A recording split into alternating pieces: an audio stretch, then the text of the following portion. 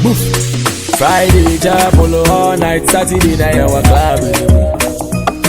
Yali, Martin, men shock and Gugu Cap. I the shape in all the Bible, bed, go for say, Dallas, so they snap in the bank. The guys in our do chapel, walk when, Gaboshe, one house on a club, do a bank. Tiname summer pan, a yellow souvenir. You are,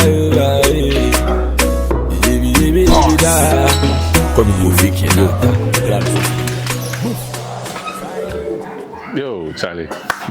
I'll be. Charlie, welcome to Wimbo Studios, Charlie. My name is 2 Bars, and let me show you around.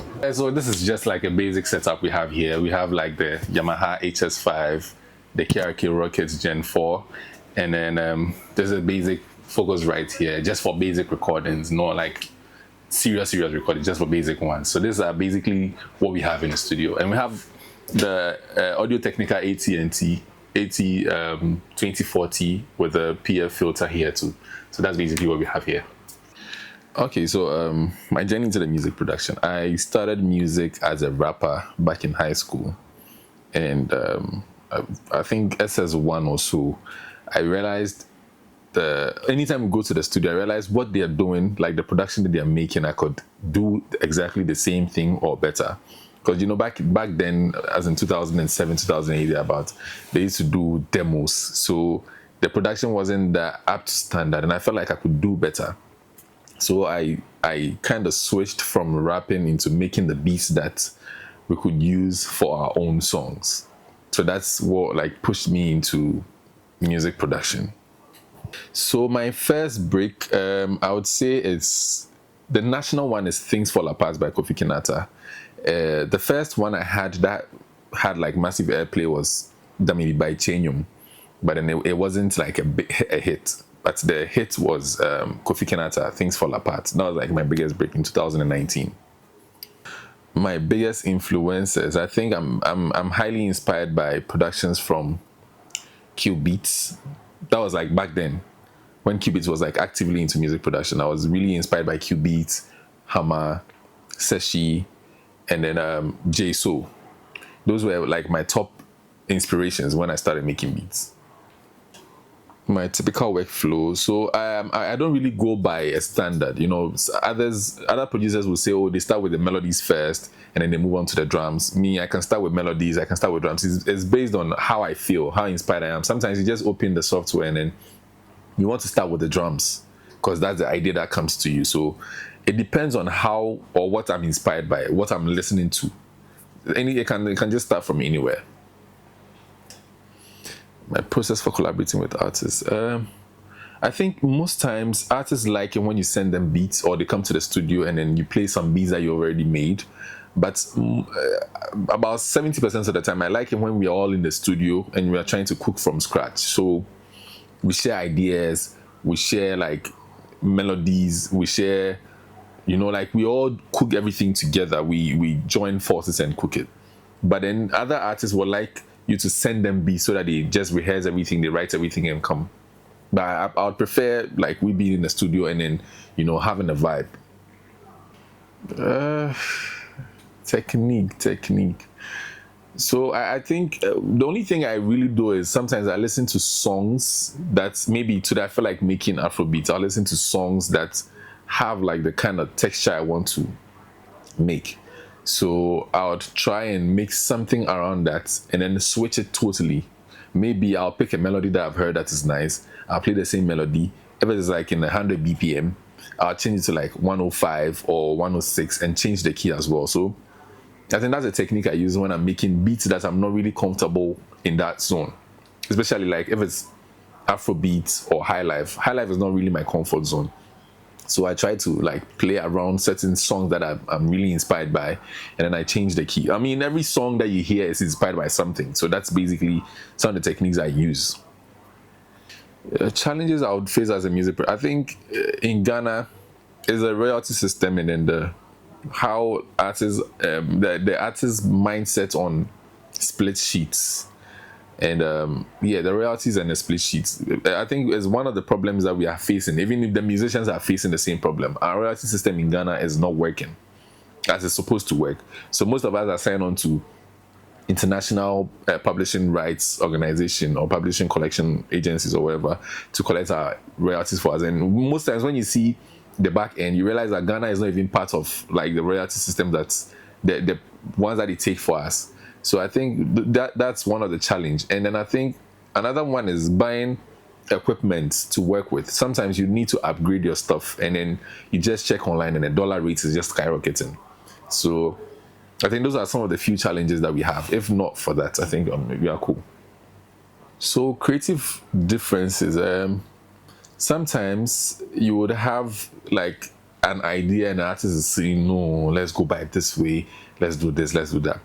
So most times what I do is I just let the artist do, because we are all creative. So I just let them do what they feel. Maybe I might not be okay with it, but at the end of the day, it is his work that we are working on. So I just let them do what they feel, and then I sit down, try to structure one or two things, try to correct what they want to hear, make it sound like how they want to hear it, and then at the end of the day, I add my small touch to it. So I'm the type that will leave you to do what you want to do, and then I'll just add my own touch to it. So that's basically what I do. I think with the latest trend, I'm not that old, so I'm more in tune to the things that are like currently going. So I'm a youth, so I mean it's quite in my zone. So I just go online, do the research, ask friends, ask colleagues, try to find out the new things that are in town, you know. So I think I'm not really lost in time. I'm just abreast with time. I think the changes I've observed is the promo strategies that we are using now. At first, you know, back like 10, 8 years ago, people were more focused on, oh, let me give this song to this blogger to post for me. Let if Ghana Motion, Big XGH, Ghana Numa all posting your songs, you know that you're on the right path. But then now it's switched from just bloggers posting your songs to you having the control over your song, posting on like digital stores, getting revenue from it. The promo strategies, people were more focused on radio stations, like the traditional media, but right now social media is also taking like 50% of the promo. So I think that's like a massive change. Is help artists contain and control whatever they create and they produce. So I think it's a plus. Project I'm most proud of, I would say Things Fall Apart, because that's like my biggest song that came out in 2019. I mean, currently I think that was one of my biggest songs. It had several awards, and I'm really proud of that production.